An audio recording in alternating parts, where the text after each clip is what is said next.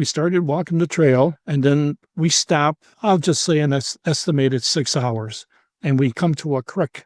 So what they want us to take our clothes off because we were still in uniform, like the fatigues, change out into their clothing that they recognize us. The boots around our neck is in case one of us slipped out off the leash, I called it, and try to run. You can't run in the jungle without your boots. So who comes by when I took my shirt off is a nurse, and she saw the hole in my back.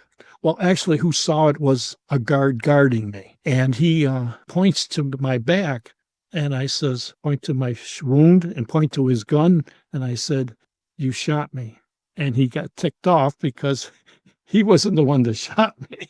The nurse patched me up, and she stuffed a ball of cotton in my wound and taped me up with Scotch tape. That's all they had for bandages. We got dressed. That's when they gave us more cans of sea ration that we had to carry that we were going to be eating. And then when we got to every village, they would give us a ball of rice to have, and that was our food.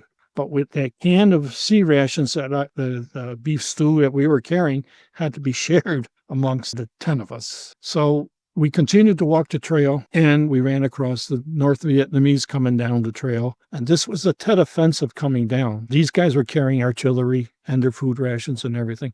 Now we're on a cliff that goes down a long way. And some of these trails, they don't have a railing on it. They just have free fall. Every 8 hours, somebody pops out of nowhere and brings you into the camp. So it's well organized how if you walk in that trail, you don't belong there, you won't last long. We come into a village and we were tied down. They would bring us our food. They would give us 1 cigarette a day. And we would sleep, get up early in the morning and start the routine. I think that went on for about a week that we kept moving through the Ho Chi Minh Trail. Mostly at these camps, they would bring in the Americans to sit down and they give you a cup of tea and a cigarette again and introduce themselves. The reason I probably really remembers this part is because the man speaking to me spoke perfect English. And he says to me, I'll bet you're wondering why I speak so good. He says, well, I was educated at Yale. And he says, I come back to help my country.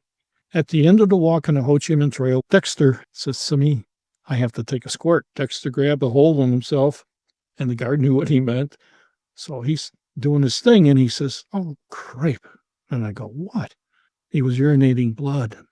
And so he has a problem internally. But he also had shrapnel in him that I was pulling out this whole walk down the Ho Chi Minh Trail. I didn't hear anything more about it from him. He was pretty good, a real good guy, a Green Beret, absolutely.